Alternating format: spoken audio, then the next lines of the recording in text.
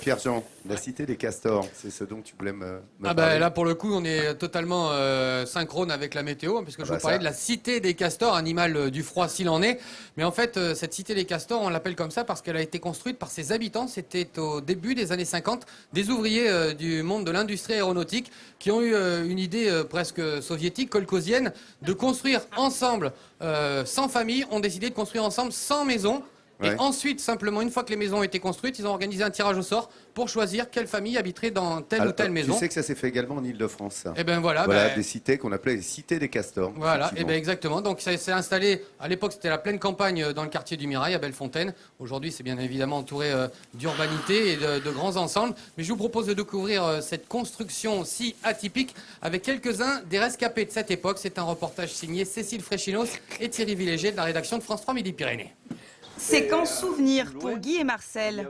Voilà 60 ans que ces deux-là se connaissent, ensemble, et avec 98 autres ouvriers de l'aérospatiale, ils se lancent en 1952 dans le projet Castor.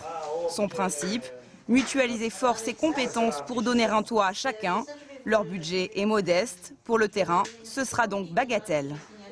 À ce moment-là, ici, vous aviez les chevaux de course qui venaient dans les prés. Là. On traversait le chemin de Bagatelle, vous aviez des cailles, au fond les vanons. C'était le coin perdu. Un coin perdu où 3 ans plus tard, 100 maisons sortent de terre au prix d'un travail intensif. On n'avait presque pas de vacances, pour ainsi dire. On a passé tout notre temps sur le chantier, avec toujours cet espoir d'avoir la maison. Et c'est ce qui nous a, pour ainsi dire, encouragés et qui nous a fait tenir le coup.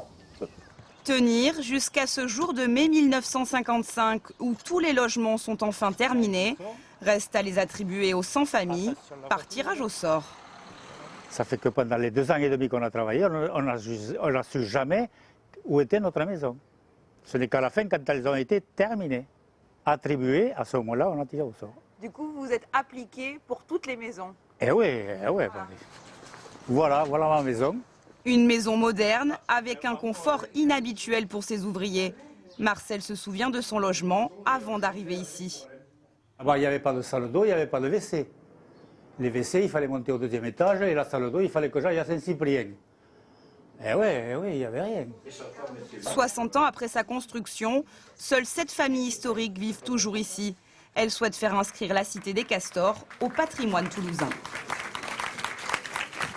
Voilà, regardez cette neige qui tombe, si vous venez de nous retrouver en direct, eh bien, c'est bien Toulouse que vous voyez où est installée toute l'équipe de Midi en France pour les 4 ans de l'émission. Regardez, les toits sont enneigés et la place du Capitole est enneigée, bien que les Toulousains soient venus nombreux. Et ça, on vous en remercie.